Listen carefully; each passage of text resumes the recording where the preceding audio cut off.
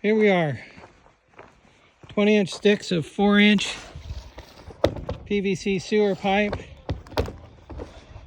And the nice thing about this is that as you, okay, I'm doing this one-handed, so excuse the jerkiness. You just balance it right on your shoulder and walk it to where you need it. There we go. Nothing fancy. Here we are. Whoop. Okay, one-handed it's a little more challenging. Hey, there we go. All right. Okay, so got a sewer pipe I'm laying. You bed the trench. Got 3/4 minus down there. Okay. Got a 2.5-inch fall every 10 feet.